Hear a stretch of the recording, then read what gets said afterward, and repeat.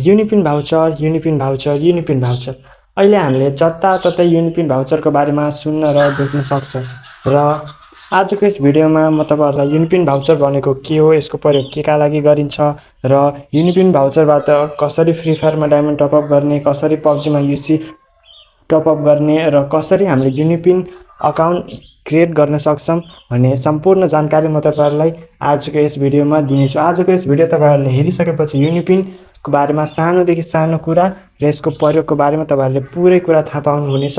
त्यसैले भिडियोलाई केही पनि नस्किप गरिकन अन्त्यसम्म हेर्नुहोला, किनभने आजको यस भिडियो तपाईँहरूको लागि धेरै नै लाभदायक। Hello guys, welcome to my YouTube channel tech रस। सो तपाईँहरूले भिडियोको टाइटल, थम्बनेल र इन्ट्रोबाट त थाहा पाइसक्नुभयो होला आजको हाम्रो भिडियो कुन टपिकमा हुनेछ।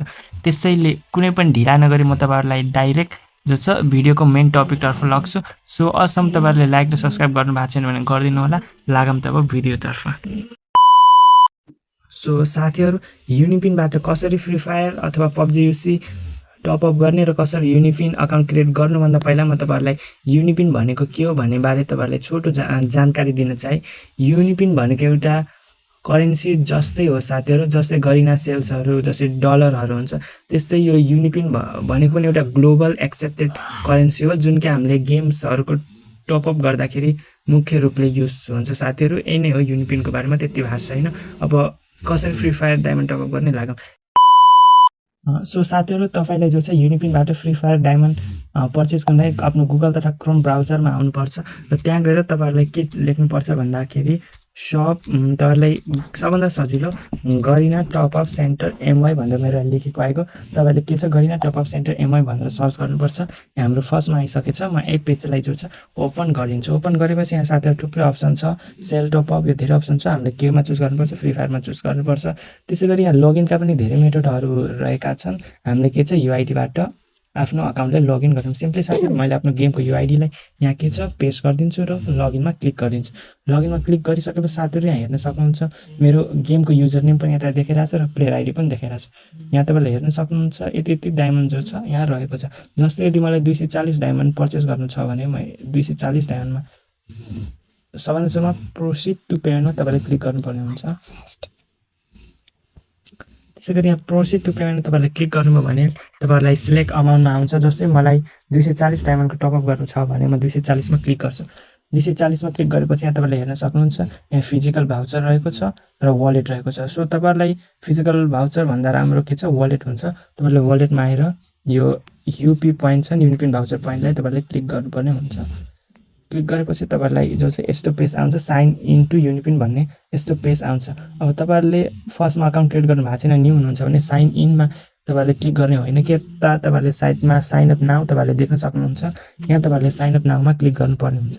साइन अप नाउमा क्लिक गरिसकेपछि यहाँ तपाईँहरूले थुप्रै अप्सन हुन्छ। जस्तै नेम छ, म आफ्नो सिम्पली साथीहरू नेम राखिदिन्छु। त्यसै गरी इमेल एड्रेस छ, म सिम्पली साथीहरू आफ्नो इमेल एड्रेस यहाँ राखिदिन्छु। त्यसै गरी के छ रिफर कोड छ, जस्तै मेरो रिफर कोड छैन, म रिफर कोड यसै छोडिदिन्छु। त्यसै गरी पासवर्ड रहेको छ, म एउटा सिम्पली कुनै पनि पासवर्ड राखिदिन्छु। सो साथीहरू, यहाँ मैले के छ पासवर्ड फिल गरिसकेँ। त्यसै गरी एउटा सिक्युरिटी पिन छ, म सिक्युरिटी पिन पनि फिल गरिहाल्छु। साथीहरू, यहाँ मैले सिक्युरिटी पिन पनि हालिसकेको छु। मैले सबै डिटेल्सहरू के छ फिल आउट गरिसकेको छु। अब म के छ रजिस्टरमा क्लिक गरिदिन्छु साथीहरू। यहाँ रजिस्टरमा प्रोसेसिङ लगेको छ साथीहरू। यहाँ सिम्पली हेर्न सक्नुहुन्छ मेरो के छ अकाउन्ट क्रिएट भइसकेको छ। यहाँ हाइरोसन भनेर मेरो जिमेल अकाउन्ट देखाइरहेको छ। त्यसै गरी मेरो ब्यालेन्स चाहिँ अहिले 0 रहेको छ। म सिम्पली यसलाई कन्फर्ममा क्लिक गरिदिन्छु र कन्टिन्यूमा क्लिक गरिदिन्छु। सो साथीहरू, यहाँबाट जो छ हाम्रो अकाउन्ट चाहिँ क्रिएट भइहाल्छ। तर मसँग ब्यालेन्स नभएको हुनाले म के छ डायमन्ड टपअप गर्दैन। सो साथीहरू, हामी फेरि पनि त्यही आफ्नो अगाडिको पेजमै आइसकेको छ र यही बात तपाईँहरूलाई अब आफ्नो वालेटबाट के छ तपाईँहरूले यहाँ हेर्न सक्नुहुन्छ। तपाईँहरूको वालेट सेभ भइहाल्छ। त्यही वालेटबाट तपाईँहरूले युनिपिनबाट आफ्नो फ्री फायर अकाउन्टमा डायमन्ड टपअप गर्न सक्नुहुन्छ। सो तपाईँहरूले आफ्नो युनिपिन कार्ड चाहिँ धेरै मेथडबाट पर्चेस गर्न सक्नुहुन्छ। तर तपाईँहरूले यहाँबाट पर्चेस नगर्नुलाई, यदि तपाईँहरूलाई युनिपिन भाउचर पर्चेस गर्नु नै छ भने म तपाईँहरूलाई आफ्नो नेक्स्ट भिडियोमा कसरी एकदमै सस्तो दाममा तपाईँहरूले युनिपिन भाउचर पर्चेस गर्न सक्नुहुन्छ भन्ने भिडियो पनि म ल्याइदिन्छु। सो साथीहरू, अब युनिपिन भाउचर र गरीना सेल्समा के डिफ्रेन्स छ हामी त्यो बुझौँ साथीहरू। सो गरीना सेल्स र युनिपिन भाउचर भनेको दुवै फ्री फायर डायमन्ड टपअप गर्ने जो छ मेथडहरू रहेका छन्। तर गरीना सेल्समा तपाईँले टपअप गर्नुभयो भने तपाईँलाई के छ एकदमै महँगो पर्न जान्छ र तपाईँले युनिपिनबाट डायमन्ड टपअप गर्नुभयो भने एकदमै सस्तो पर्न जान्छ। दुवै सेफ र सिक्योर मेथड नै छन्। जस्तै म तपाईँलाई इक्जाम्पल दिन्छु, साथै तपाईँले गरीना सेल्सबाट टपअप गर्नुभयो भने तपाईँलाई 115 डायमन्डको कम्तीमा पनि 130 रुपियाँसम्म पर्न जान्छ। यदि तपाईँले युनिपिनबाट जो छ पर्चेस गर्नुभयो भने तपाईँलाई कतिसम्म पर्छ भन्दाखेरि तपाईँलाई 115 डायमन्डको साथीहरू जम्मा 85 देखि 90 रुपियाँसम्म मात्र पर्न जान्छ।